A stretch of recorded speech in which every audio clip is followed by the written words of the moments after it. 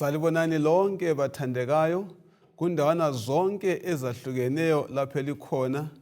Siyalinxusa abana sibe ndawonye kusifundo 8 esaleli ikota okhuluma lani umfundisi uNdebele.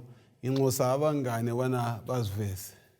Siyabonga sihlobo esithandekayo silamukela kusona lesi sifundo. Siloko siqhubeka sitatitsha okunye ngoJesu. Mina engikhulumayo Elder Amos Maforo. Salibonani bathandekayo ngegama lenkosi yethu Jesu. Siyalibonga njalo elinye ithuba lokuhlala phansi sifunde ilizwi likaNkulunkulu. Sengathi singabusiseka sizwe injongo kaThixo ngathi. Mina ngumisi sisibonene nguhlanga. Ngiyalibingelela lonke balaleli lababukeli ngegama lenkosi yethu Jesu. Siyayibonga inkosi esivumile futhi njalo ukuthi sizwe amazwi okuphila. Okhulumayo nguNozinhle Ndlovu. Singakangeni kusifundo sethu sizakhothamisa amakhanda sikhuleke. Baba wethu okhona ekhaya ezulwini, sindiswe othandekayo, siyabonga ngamathuba osipha wona ukubana sifunde ngawe. Sicela usincedise ngesiqu sikaMoya eNgcwele ukubana sizwisise khona lokho ofisa ukubana sikuzwisise ngezikhathi zokucina. Ubuso usincedisa ukuthi singafunda bese sisenza. Siphathiseke sonke, usenzele kahle, usibusise. Sikhuleka sithembele egameni kaJesu Khristu elingadanisiyo. Amen. Amen. Isifundo salamhlanje bathandekayo siphethe isihloko esithi impilo ezibunjwe nguJesu Khristu. Kube sokuthatha nenkulumo ephefumulelwe ngumoya. Impilo ezibunjwe nguJesu Khristu, impilo enjani? Ibunjwa njani leyo mpilo? Impilo ebunjwe nguJesu mfundisi, isifundo njengoba usiletha sisitshengisa ukuthi kuba yimpilo elenguquko elomahluko omkhulu kakhulu.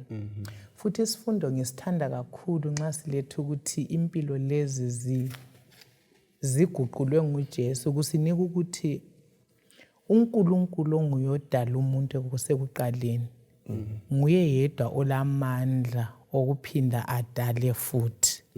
Ngoba kusinika ukuthi angithi sadalwa sifana loNkulunkulu sekelwa yisono. uNkulunkulu udinga njalo ukuthi aphinda sidale kakutsha. Nguye yedwa lamandla okukwenza khona lokho. Othi ngithathele kulokho akutshoyo ukubana sadalwa uNkulunkulu kwangena isono. Impilo yethu yasiguquka isiya ebubini. Ifana le ndaba le exoxwa namhlanje uma sifunda isifundo salamhlanje. Kulo jaha okuthiwa nguJose Antonio owayephila ezweni lasePalma. Bathi lo ujaha wayengumuntu esengumuntu oziphilela yedwa ezitaradeni. Thina lamhlanje simbiza ngokuthi isibhonda. Yes, wayesephila inwele zimahlahla ziphothekile engaqedakali, indevu zilapha lempahla ziyilezana ezingcolileyo engaqedakali engelasimo esihlambulukileyo. Omunye umuntu wasecabanga ukuthi engenzani ngalo muntu kuba nxa wambheka kanje eleminyaka engu57 kwangani uleminyaka engu90 something. Omunye umuntu wasembheka nje wasefisa bana enze ulutho ngaye lo muntu. Silver Gracia oyele hair salon uyamncenga uyamfaka hair salon uyamgela amlungisele leziyana amlungisa indevu lezana amgeze abe mahla amnike amakha amangalisayo abesemgqokisa njalo. Wase siyambeka bana ayebona isibuko uthe ezibheka nje esibukweni bathi wathontisa izinyembezi. Esazibona ukuthi unjani. Inguquko esikhona empilweni yakhe yamveza kubana kawusenguye lona wayizolo. Bese simhlanga uthilo ukuthi impilo yethu ingcoliswe yisono. Waseveza ubana ngubani osiguqulayo. Kutholo ubana ube lesimo esitsha ngendlela azibonese Yesu sona. Uyabona into yokuba lesimo esitsha ubheka lapho suka khona.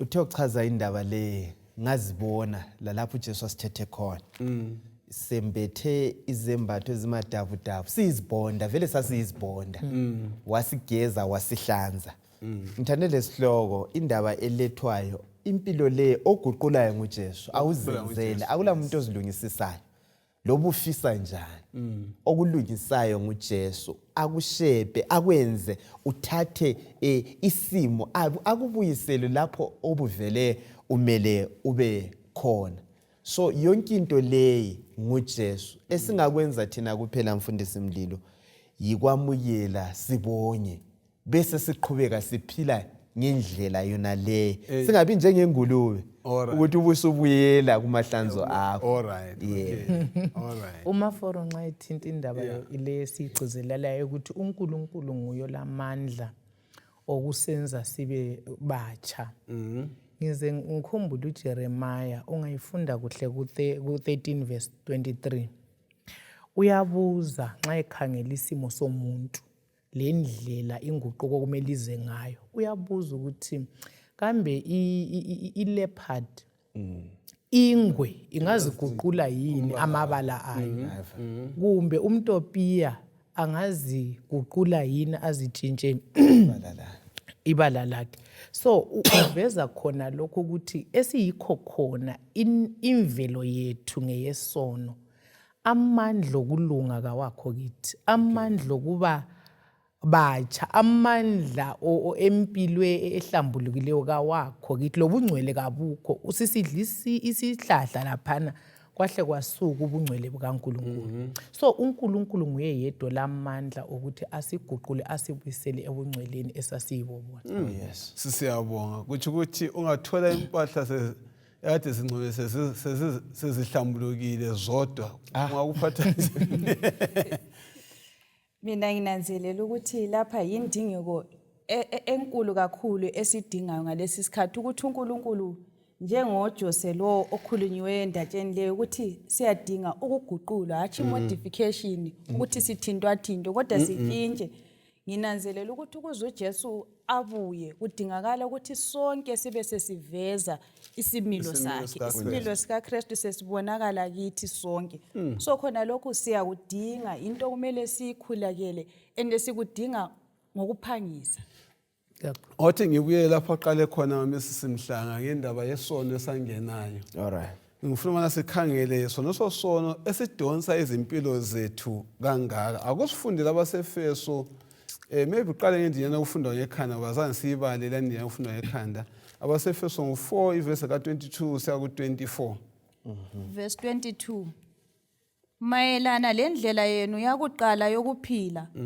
lafundiswa ukuba lilahle uqobo lwenu oludala olonakaliswa izinkanuko zalo zenkohliso lenziwe libe batsha esimeni sezingqondo zenu lifake ubumina obutsha obadalelwa ukuba njengoNkulunkulu ekulungeni okuqotho lobungcwele ukhona phakathi otho ngatsho ngamafitshane ngale ndiya ukufunda ngekhanda kuzinto ezimbalo ezithintiwe lapha lanxa sazithinta kabanzi siyaphambili indaba engizwayo laphana kundinyana yethu yokwaziwa ngekhanda ukuthi kulalapho esisuka khona la into ebesikho khona ufundisiwe ukuthi belinjani kubana khiphani kumbe isimo lesenu esidala esibi esikhohlakeleyo lichiye konke lasengqondweni indaba le kayipheleli ukuguqulwa nje isimo nje kuphela esingathi physical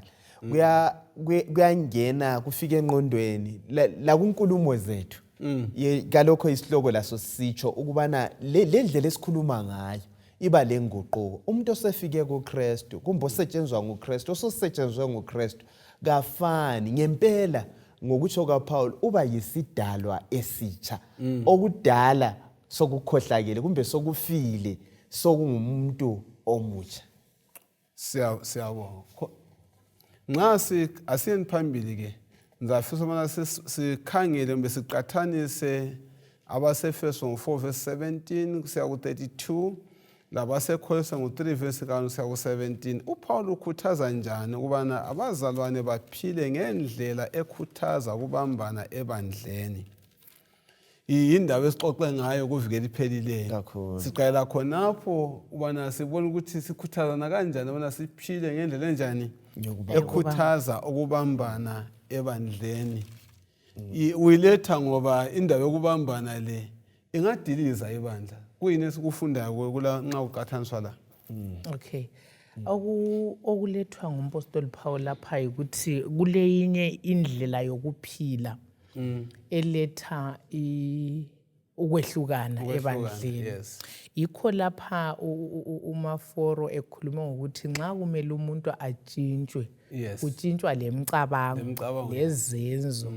Ngoba nxa sesiphila sisebandleni simazile uKhristu sonke sesidalwe kakutsha kutsho ukuthi siphila kulomanyano. Kodwa lapha sinika khona kulezinto ezimbalwa isono uthi kasilahlwe ngoba uthi isono siletha ukwehlukana.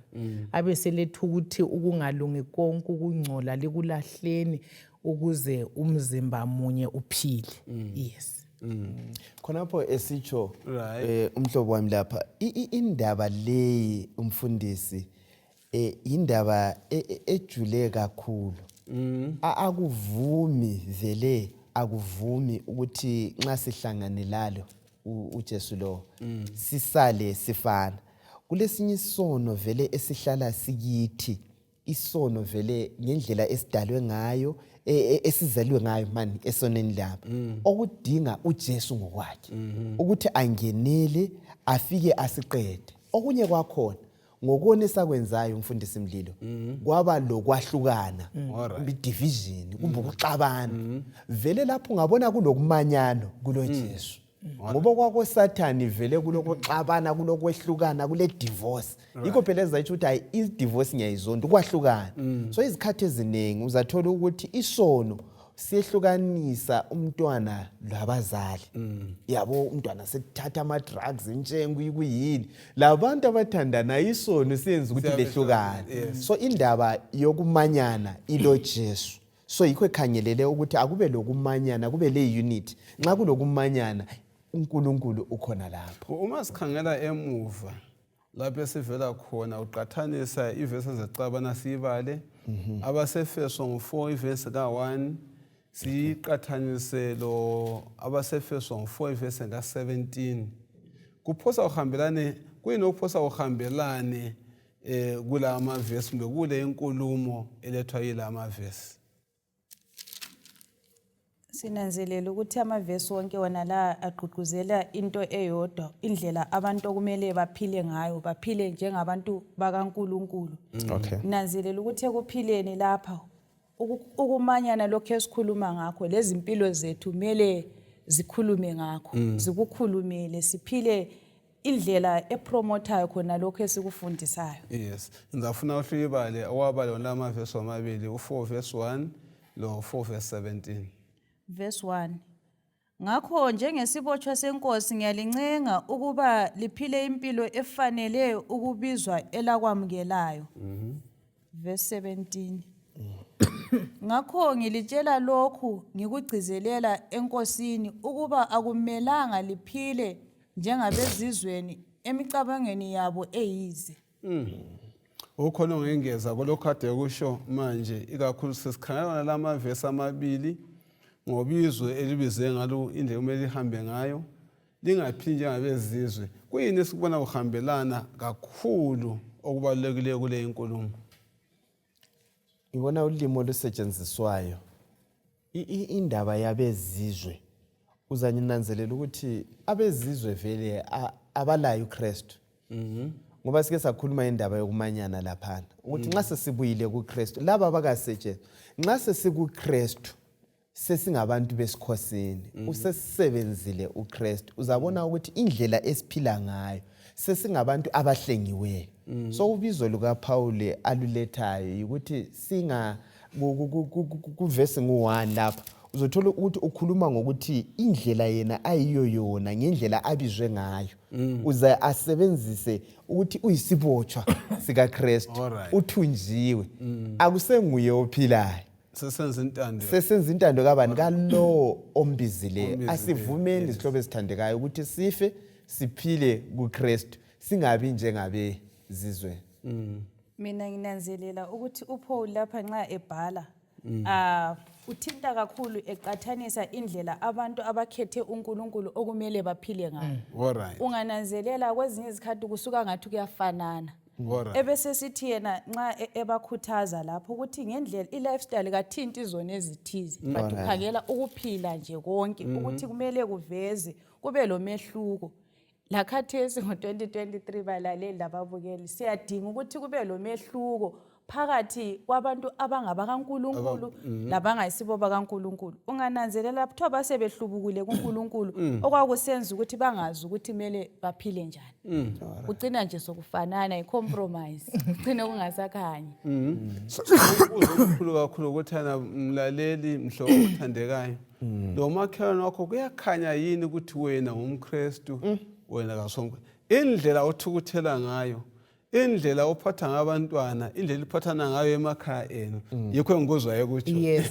Okunye kuthinta lapho ngicela ukungezelela ngithi umpostoli Paul akuletha lapha ukuthi nxa ivangeli lifika mfundisi lifanele liveza amandla okuguqula isono. Akumelanga ukuthi nxa sesamukela ivangeli likaKristu sale sifanana. Lokho isibonda. Yes. Ngize ngicabanga ukuthi kuleminye imikhuba kumbe kule culture, kulamanye ama cultures esiphila ivangeli lisithole sikikho. Ivangeli nxa lifika mfundisi bekumele ukuthi liguqule i-entire lifestyle yami. So kuthi ukuthi impilo yomKristu kumbe impilo yakho wonke owamukela ivangeli ilawulwa lilizwi likaNkulunkulu. Hathi ukuthi imikhuba yethu bisithini. Ngiyake nanzelele kakhulu ukuthi kulezinye izinto eziyisono ezingumkhuba wethu. Kodwa umbhalo uNkulunkulu athi hayi kizo. Fana nalendaba zesithembo ukuthi nxa sesikuKristu ivangeli lidiliza imigoqo yonke layo yonke imkhuba ekade siyiphethe izolo. Yikho efithizela ukuthi sifanele ukuba ngabantu abatsha kuKristu. Asike sikhangeleni kathi bona vele abezizwe kukhanya babephila impilo enjani eyisenza kube lengozi bona abasemkhethe uKristu kungamilanga bayilandele. Kumbe inhle ithi mina sikhangele bona nabayizolo sikhangele namhlanje umuntu akamazi uNkulunkulu uphila impilo bani omela athi singayiphile impilo efana lale. Ngicabanga ukuthi endulo vele nxa uPaul ebhala nxa kwakhulunywa ngabezizweni ngabantu ababekhonza izithombe, ngabantu ababesidla ukudla okungahlambulukanga, indlela ababeziphatha ngayo, okunye kwakhona even imtshado yabo yayimtshado engahlambulukanga ngendlela yemfundiso yelizwi likaNkulunkulu. Oke kwathintwa umhlobo laphana indaba zezithembo babe bekwenza khona lokho. La ngendlela ababephatha ngayo inceku zabo kumbe lokunathwayo sengithinta indaba zokudla, la ngendlela ababezembathisa ngayo kuyakuveza ukuthi laba ngabezizweni abamazi uJehova, la ngendlela ababekhulumisana ngayo. So kwakudingakala ukuthi kube lotshintsho. Nxa usubuyile kuJesu babethi bona kuba yi360 i10 ukuthi ngathi usiyale uhluphenduke futhi usuphendukile sohamba ku direction le. So sehlangene loJesu kuba lo mahluka ngeke bafanana. Ukukhanya lobunyama akuhambelana akulabudlelwane. Yes. Siyabonga. Ngiyake ngikhathazeke yile ivesi esifumana kulokho. uKristu esekhulumile ekhuthaza ngomthandazo ngomfelokazi lo oyedinga bana indaba yakhe ilungisizwe. Ulamazwi nje athutshe kucine nathi kambe indodana yomuntu iza kufumana yini ukukholwa nxa yezayo. Kulenkambo bani ngempilo yesono bathandekayo esidonsela umuntu ekuqhubekeni etshona esonweni kusiya phambili. Isono mfundisi. Ngokuthi isono sijule kakhulu. Yazi isono kwesinye isikhathi lokuthi sinanzelele ukuthi isono kwesinye isikhathi awusinanzeleli nxa usuphakathi nakwaso. So ngendlela esiphila kuba lesinye isono esiwathi thina ngama darling sins. Umbo osithandayo. Yazi kulokunye okuyabe kukubi okwazi ukuthi lokhu ku wrong uzithole uzifumane usukudefender kumbe usumela usukuvikela ukuthi kanti vele bese vele indlela esiphila ngayo ukwathinta even indaba yeculture abantu bacatsha ngamasiko abo ukuthi hayi lokhu vele umfukela umdabu ukuthi thina siphila ngalindlela kuyisono uqhubeke okwenzayo manje ungaqhubeka kunjalo umoya oyingcwele ubusuvalela phandle umoya oyingcwele angasazwakali ekhuza ngomoya ingcwele ithone ekhulumisana nathi agcine umoya ingcwele sethule ngenxa yezono lezi esizithandayo kuyabe lokho kusidonsela phansi uqhubeke lezi zinto ezinye obuzibona zizimba nti ucina usuzibona sezinormal sokuthi ku right ukwenza umzwangedwa ungasawuzwa bathi ungahlala ebunyameni wesikhathi eside xa kumnyama kakhulu ugcine songani sokukhanya kunjalo yes so kumele sibe siqaphele lezo zono ezidosa iziphi ngamafitshane esingalimukisa awunabo kaNkuluNkulu ngalezi zono ezisidonsela ebubini sisiya phambili onye kwakhona ukuqala nje kusokulomkhuba kade sanibajayela ukudiza nje alright kube yasinto yalutho uyabuya umuntu ufuna ukuvalela amanzi umbambise okuncane anti hayi bese bevala lapha angazi uvele lenzelela kumbe ngugetsi kumbe kusemgwaqweni ilizwe sesiphila kilo uya driver amaphepha ngempela kabikiphelelanga kumbe le mota oyidriver uyakwazi ukuthi kukhona okusilelayo siphikisana umgwaqo khona unje inosiphile ngokubambisana nje emabhodi esicrossa ki kucine sokungani yimpilo yakhona ngizwa abanye ukuyeseyadinga indawo sibili yomntwana yokufunda manje sokuchithwa kuncane cina kuyimpilo kwakhona nje sesikujwayele ngokunye nje enguqambayo asike siye phambili ngicela asifundele iverse ka20 esiya verse ka24 Ephesians chapter 4 verse 20 kodwa lina uKhristu kalimazanga ngaleyo ndlela impela lezwa ngaye lafundiswa ngaye ngokumayelana leqiniso elikuJesu mayelana lendlela yenu yakuqala yokuphila lafundiswa ukuba lilahle uqobo lwenu oludala olonakaliswa izinkanuko zalo zenkohliso lenziwe libe batsha esimeni sezingqondo zenu lifake ubumina obutsha obadalelwa ukuba njengoNkulunkulu ekulungeni okuqotho lobungcwele uma silalela amavesi la uma elandisa ngalolu daba lokuphenduka kubalaleli bakhe uPaul yipi imicijo eqhakathekileyo uPaul afisa ukuthi bayizwisise kulamavesi sanabana siwabale na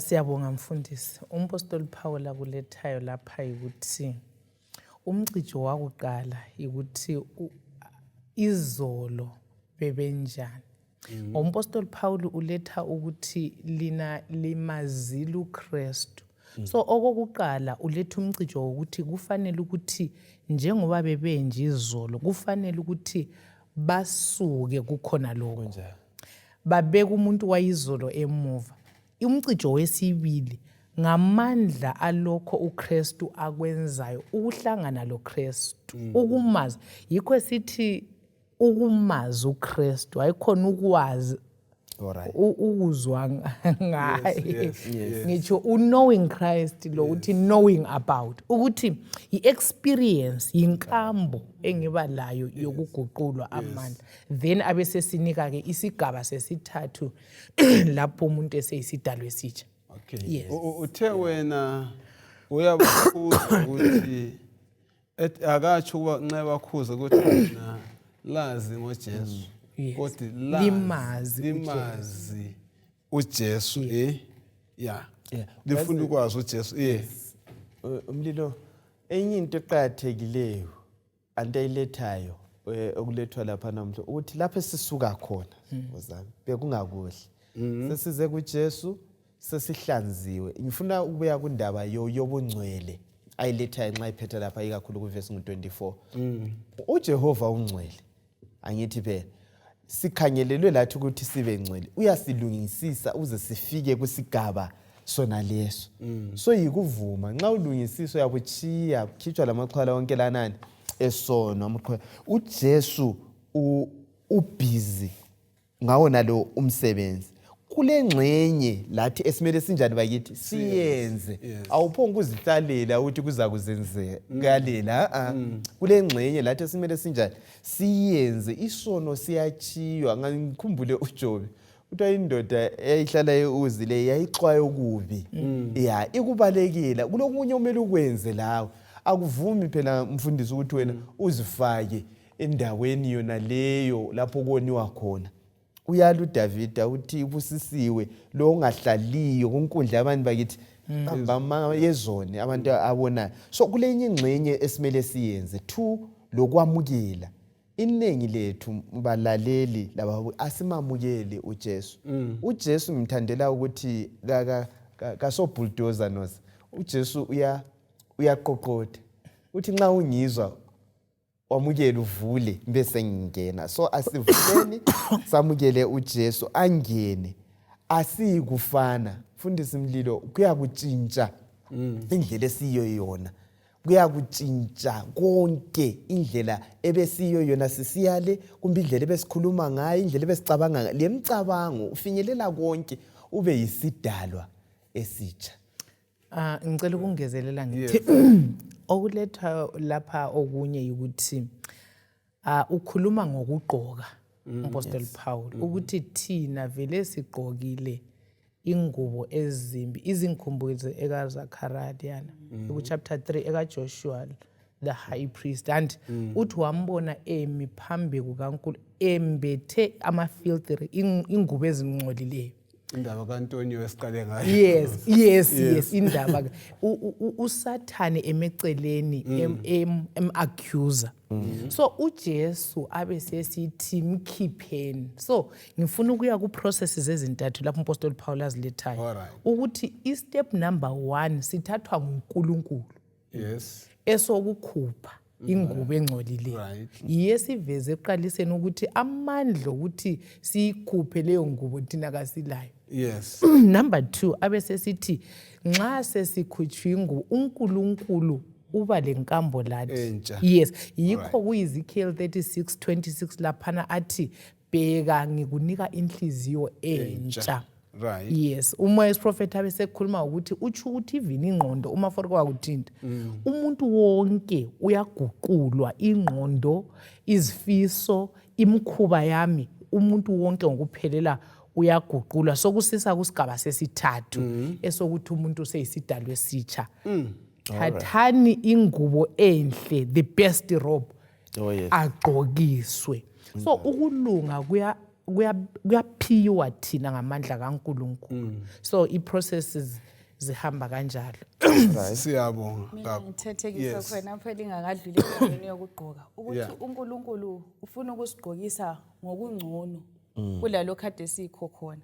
Uhlupho ukuthi kasithandi ukuthi sigqoke ngcono ubulunga kaKristu lokhu ngathi siyakuphika njengabantu abanye sifuna ukudindelela njengakade siyaqanda ufakelela ukuthi uNkulunkulu ufaka kunjani ufaka kunjani. So ngananzelela izona ezingavunywanga uNkulunkulu uthi uPaul wakhe kalufaki emabunzini alabo abalezona ezingavunywanga. Sengathi umlimi ngasisiza sivume izono sizichiye bese kugqokiseka ke manje. Ufuna ukukhuluma Ayisikhona lapho ukuthi indaba omnye umlobe engimthandayo ukuthi indaba le kayiso patchwork. Yes. Akusikho kugambela indaba yesigqoko lesesitsha lesi. Akuganjela akuphane ibhithwa imoto le engatshayelela. Sibuya le moto entsha. Angithi vele silungisise asifaki izigamba njobe seke watsho unozi umlimo ubhizi uyasebenza. Anthanda amazwi kaDavida uthi dala kimi inhliziyo enjani bakithi entsha akathi ukuthi modify kumbe ilungiso uthi hayi semfuna enjani bakithi entsha asizeni kuJesu asidale kakutsha. Siyabonga abathandekayo nxa sisizwa bona nguJesu osiguqulayo futhi kasilaleleni ilizwi likaNkulunkulu. Leli lizwi likaNkulunkulu yilo elisiguqulayo kakhulu uma selilalela. Mahluko bani okhona obalulekileyo phakathi kokufunda ngoKristu lokufunda ukwazi uKristu na okwayithinta sefuna sike sichinje kamafitshane sesidlulela phambili. Qedise. Ukumazi uKristu ikuba lenkambo lamandla abonakalisiwe kweyami impilo ngoKristu. Lokho okwenziwe nguKristu kweyami impilo. Kodwa ukuzwa lithena okunye mfundisi. Alright. Ukuzwa mhlawumbe ngoKristu ikuba lolwazi lalokho uKristu angakwenza. Kodwa lo lwazi lawo mandla ngiyezwa ngawo loba ngingawafunda embhalweni kodwa akakabonakaliswa kimi. Ngeindlela wala kudlelwana lawo. Alright. Akumfundele abasefeso ngo4 verse 25 usiya ku29. Verse 25. Ngakho ke lo wenu kumele alahle amanga akhulume iqiniso kumakhelwane wakhe. Ngoba sonke siyizitho zomzimba munye. Ekuthukutheleni wenu lingenzi isono. Ilanga kalingatshoni lilokhu lithukuthele. Njalo lingamniki uSathani indawo yokugxila.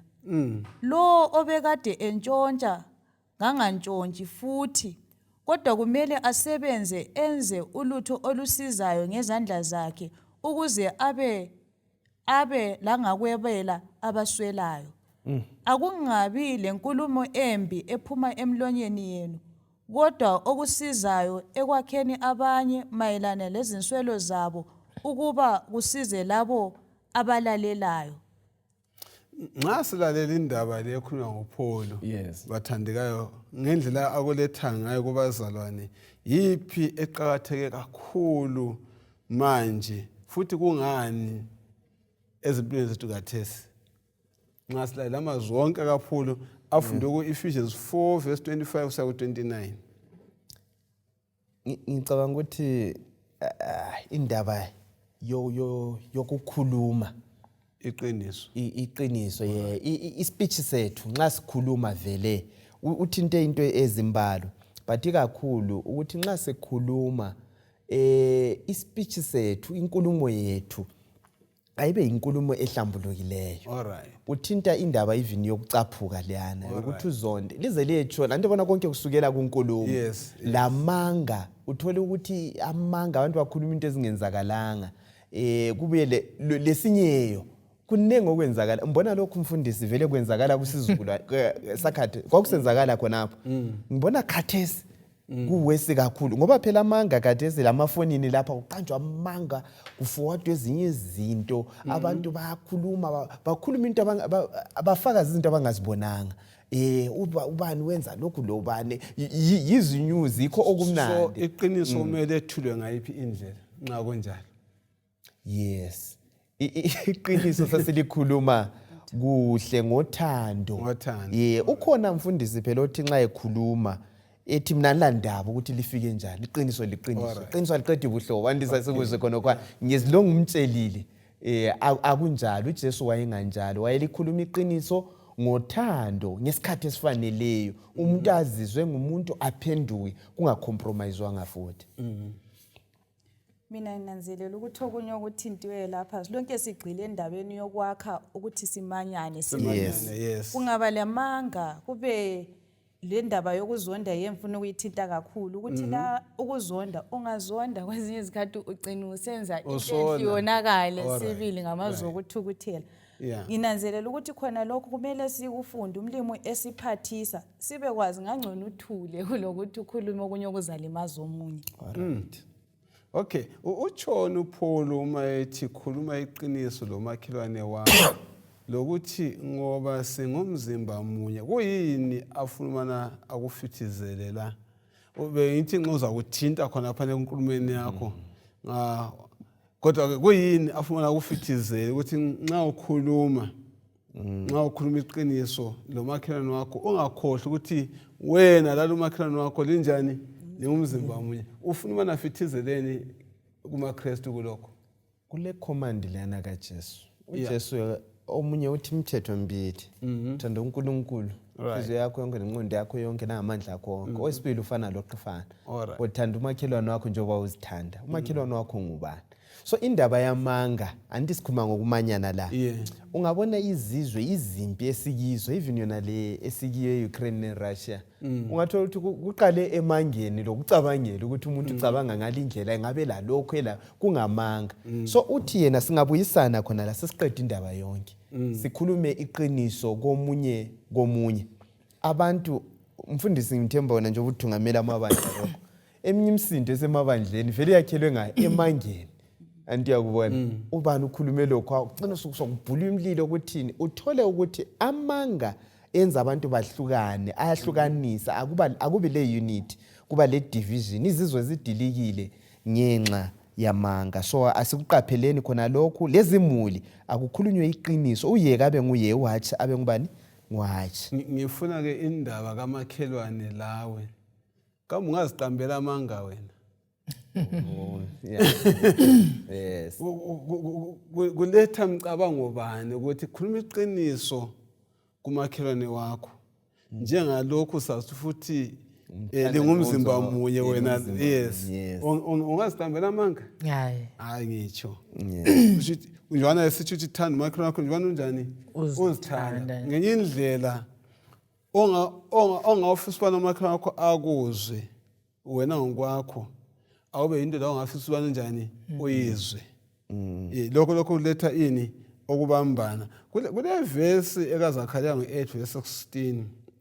Ivumela inkulumo kaPaul ivumelana njani lo Zakhariya ngokukhuluma iqiniso na lenzani kumbe lilethani iqiniso. According to Zakhariya. Lenzani belilethani iqiniso ukhuluma ngempi. Ukraine lokho zenini uma kuwe kuleqiniso bengaba khona yini impi? Hayi ayibe khona. So lenza iqiniso. Iqiniso liyakha. Iqiniso liyalenza abantu babuyisane sibozana. Mbona indaba eqoqa sibili ikhona phana kunkulumo ispeech. Indlela esikhuluma ngayo mfundisi iyo ebangela konke khona lokho. Andiyabona even nxa usubuya ngiyathi indaba yenzondo isukile anti uzonda awula umuntu wazondiswa yento yenziweyo uzondiswa inkulumo ukuthi ukhuluma njani. uJacob zatsho ulimi lolo uthi luyingozi kakhulu luncane kakhulu kodwa liyenza izimpi.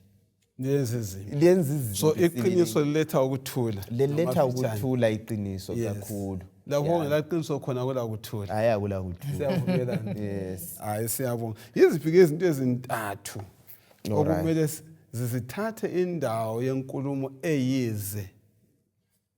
Okay.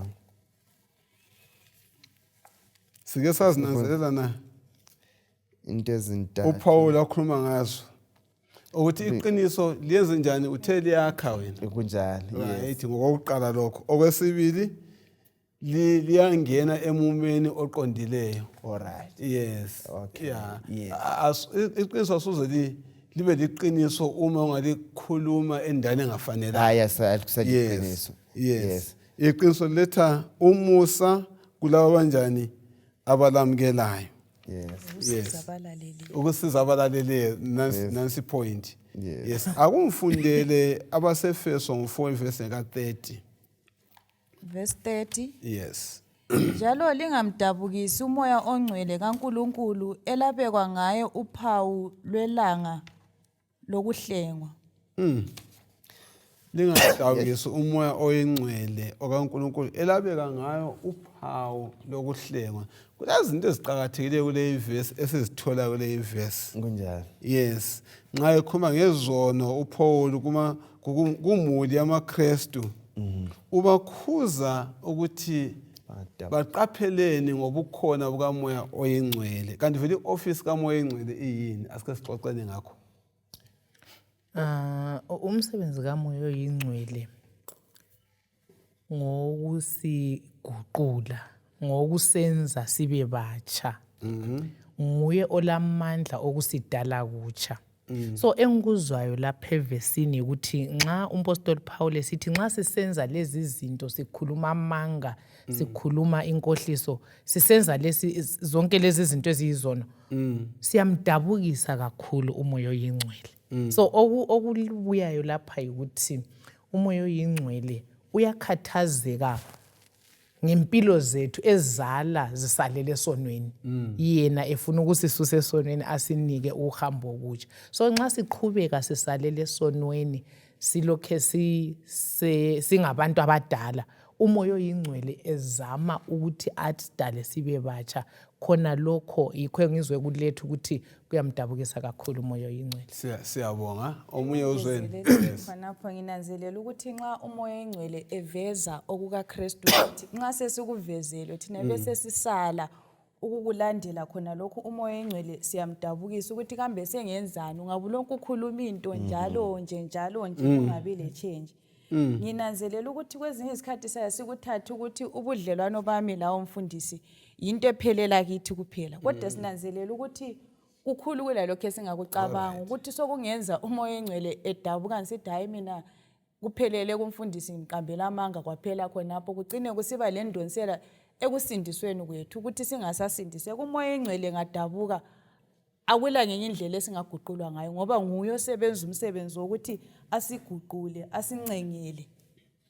Umunye uthithe yabusucabane lo mabhalana obhala amabizo awusaregisteki. Iziphi vele zona izizono ezenza ezingabangela uchilo ngamafitshane kodwa iziphi lezo zona ezingabangela abana umoya oyingcwele adabuke ngathi? Umoya oyingcwele nguNkulunkulu. Umoya oyingcwele njengoba ethintile umsebenzi wakhe ngokusiguqula esithi transformation. Sike sakuthinta kusifundo esidlulileyo indaba ye sanctification okuyi process. Umoya oyingcwele uhlele ekhulumisana lathi esincenga ukuthi samukele uKristu. Kulezinye izono esiyabe sizenza umoya oyingcwele uyakhuza, that still small voice. Sike satsho lapha ukuthi kwesinye isikhathi ucina usujwayele ulokhu ujwayele isono lesana kuze kuthule ilizwi lela akusathi thi nxa ususenza lokho umoya oyingcwele usesukile usumdabukisile umoya oyingcwele usethuthile. Nxa kungasela moya oyingcwele awusasindiseki njengoba thinta unozi ukuthi usukhuba umabhalana awubhale. So indaba le iserious nxa sikhonza sihlobo zami asiphileni njengabantu abazi abalalelayo indaba yomusa mfundisi loba uyancengwa kufike kwesinye isikhathi ngoba uyathi wena hayi lokho angifuni kanti nxa ungafuni njengoba ngeke ngatsho ukuthi umbuso kaJehova ayisho ukubamba abantu ngamandla hathi nxa ungafuni uyasiza kwekela umoya oyingcwele usedabukile athuthe kuwe. Okugcina ivesi ithi yona umoya oyingcwele nguwaliphawulayo ebuhlengweni kwenu. Uyakhumbula uJesu ebhaphathizwa uJesu lathi nxa ubhaphathizwa uyamukeliswa umoya oyingcwele uphawulwe ufakwe eceleni. So uyabe lokhu ihlele lawe ebuncenga kodwa ngokungamlaleli ngokungathathi izixwayiso zakhe uyamdabukisa agcine ethuthile. Uyamdabukisa agcine ethuthile. Kutsho ukuthi lokho kutsho ukuthi umoya oyingcwele ubuthakathaka yini ukuthi uyadabuka nje masinyane? Umoya oyingcwele uyabekezela durable ukuyini esikufundayo.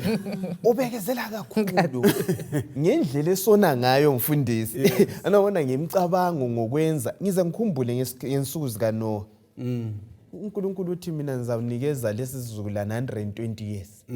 Ungayibala kubhuku iPatriarchs and Prophets kuthiwa uNkulunkulu ngeminyaka yena le wayelokhe esusa umoya wakhe oyingcwele kancane kancane. So just imagine unikezwe 120 years vele ubusona ubusunikezwe omunye umusa we120 years. So ngiyeke ukuthina hayi ayisiyo umoya oyingcwele ubuthakathaka ubelokhe sincenga elokhe encenga kodwa wena ngosenze isinqumo ukuthi angifuni angithi phela isinqumo sokuthuthisa umoya ngosenza. So khonokho utsho kuthena umoya oyingcwele ungamkhuba kuletha mfanekiso bani ngomoya oyingcwele uyindonsela yini o uyini nxa ungamkhuba nxa ungathana ngamkhuba udlodlo ngamkhuba umasibanda kusho ukuthi umoya ingcwele uyisimo esinjani singathi uyindonsela hayi kodwa indaba yokuzama ukuchaza isimo sikamoya ingcwele anti iyimystery into yegodhead kodwa esikuzwisisayo ukuthi nxa kuvela ukuthi lingamdabuki nxa edabuka kusivezela ukuthi ule personality umaforike wathinta laphana ukuthi ungunkulunkulu yes ungunkulunkulu imfundiso eziningi zithi umoya oyingcwele i-influence yindonsela kodwa imibhalo efana layona le iyasichazela ukuthi umoya oyingcwele ngunkulunkulu uyi-being olemizwa yes ulemizwa yes bengifuna ukuthinta lapha futhi ukuthi isihloko sethu lithe liveza laphana saveza ukuthi sithi inkulumo efuqwa ngumoya oyingcwele anti yes ngoba umlobi lapho efuqwa ngumoya ukuthi hey kumele sikunanzelele babukeli labalaleli ukuthi umoya oyingcwele uqhakathekisa kanganani ukuthi sikhuluma njani omunye lomunye ngoba kuthiwe lapha okumdabukisa kakhulu ukuthi sonke siphiwe isipho sokukhuluma kodwa nxa isipho sakhona sesisebenzisa ukulimaza yes yikho okumdabukisa ukwehlisa omunye yes mfundisi mina ke ngicabanga ukuthi kwesinye isikhathi asikunaki lokuthi sitheni kodwa kusela umoya engcwele kuba elala emini so kwesinye isikhathi indlela esiphendulana ngayo kumbe engikhuluma ngayo ngomaforo ensitha ngikhuluma njani ngaye mbone ngathi umoya oyingcwele uNkulunkulu uyakudinga ukuthi ngabe ulimi lwethu ngabe inkulumo zethu ziyathanjiswa ngumoya oyingcwele abathandekayo sengani thina sonke lapha esikhona singavuma umoya oyingcwele weluse imilomo yethu kunjani singahlanzi ngemlomo yethu kodwa sikhuluma okwakhayo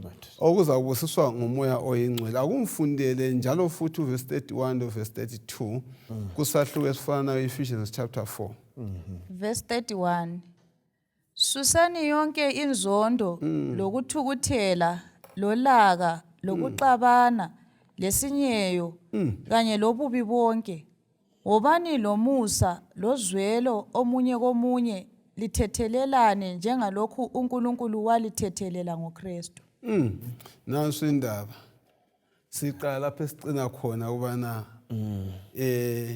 inkulumo eziyizika sinjani ngaze suke kulamavesi kuyini uPaul akuxwayisayo ngokusetshenziswa kwamazwi amazwi siwasebenzisa njani uyabona susani lokho khona kuyini ukuxwayisa yes ngibona yazi indlela esiphila ngayo vele thina isikhiwa bathi wa social beings anti silobudlelwano labanye abantu into ebayingozi kakhulu indlela esikhulumisana ngayo bese kuphuma amazwi inkulumo zethu abantu balimele zinkulumo ngeke ngakutsho izimpi sizibona zinje ngamazwi ukuthi utheni likhuluma undelele ukhuluma ngalindlela uziphatha ngalindlela so uPaul yikho ekhuza la ukuthi into yonke esiyenzayo asibeni mnene sibe buthakathaka komunye sizwelane sithethelelane futhi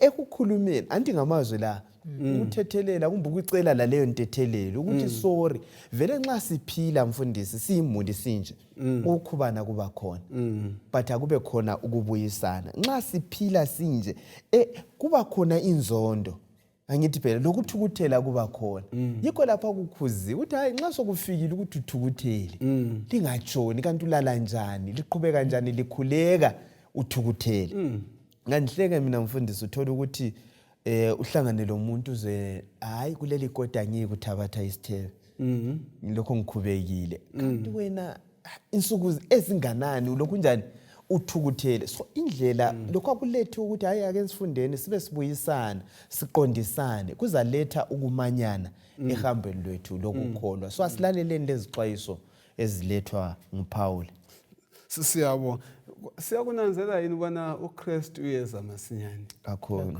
uma sunanzela ubana uKristu uyeza masinyane umbuzo omkhulu othana imlomo yethu le siyisebenzisa njani? Yiziphi izinto eziyisithupha ongamelanga zibe kithi uma sizixoxele khatshana uPaul akhuluma ngazo kulesi sahluko na? Asike sizibalise.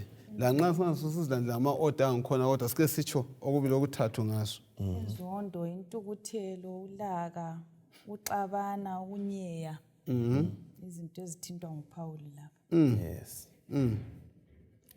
And yizo izinto mfundisi eziletha ukwehlukana kwebandla.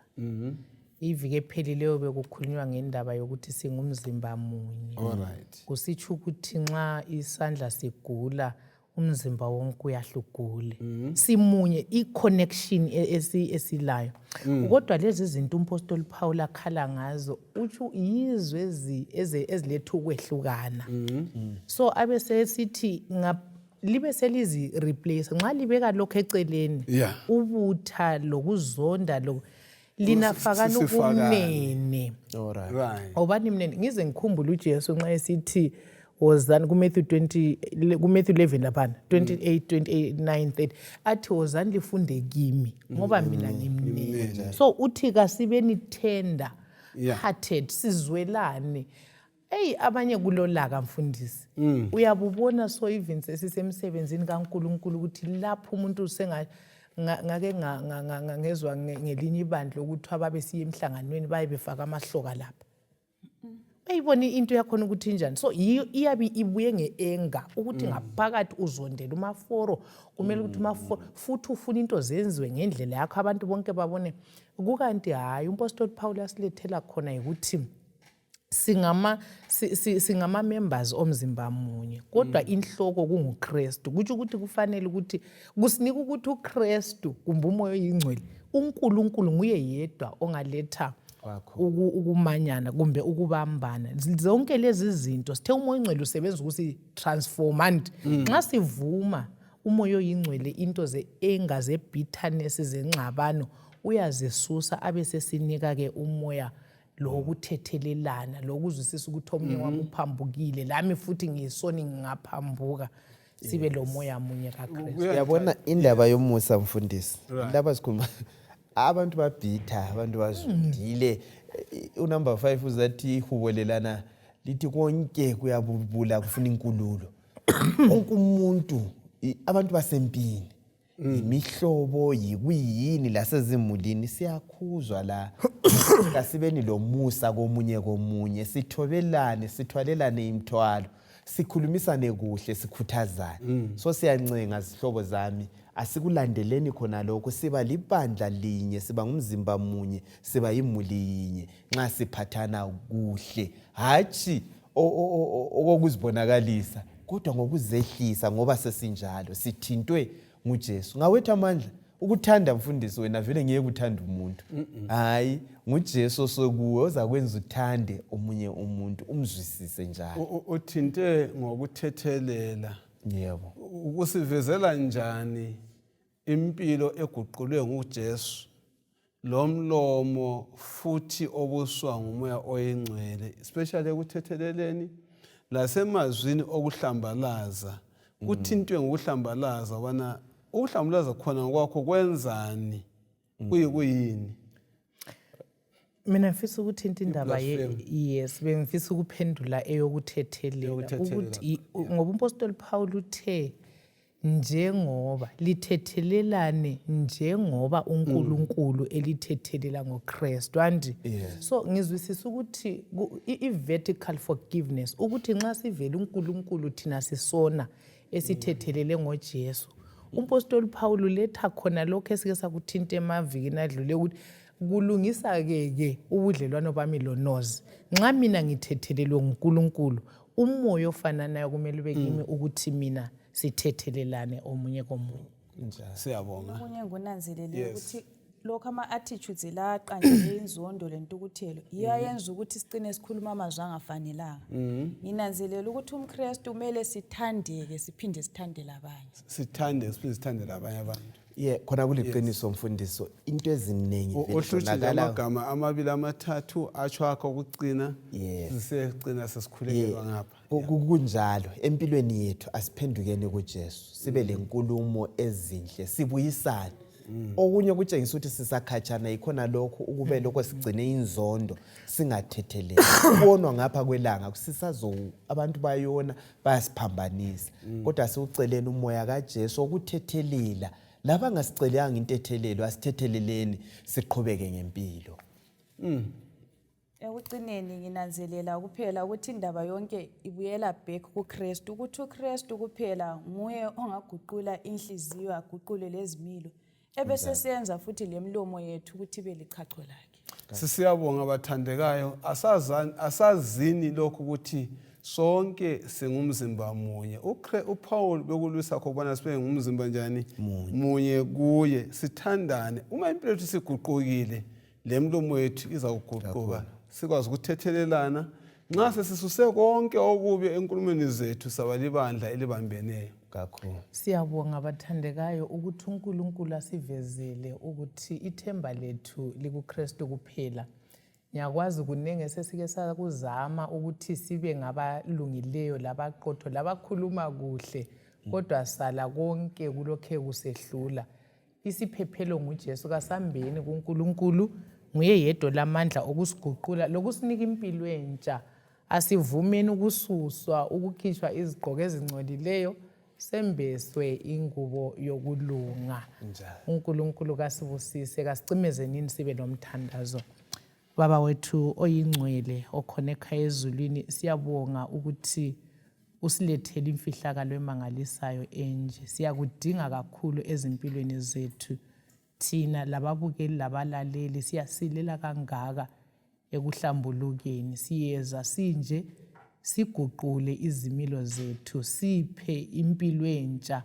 Umuntu omdala kafe kuphila uKhristu ezimpilweni zethu. Siyabonga nxa sicabangisisa ngazona lezi zindaba vuma size ngakuwe sizuza impilo. Umoya ungathetheleli ususe kithi ienga ukungaxoli ukunzondo kususe kithi kuba kuyimsebenzi yesitha. Siphilele sinike impilo entsha uphile ngaphakathi kwethu umhlaba ubususazi ukuthi singabantu abakho ngayo uJesu siyabonga amen. Amen.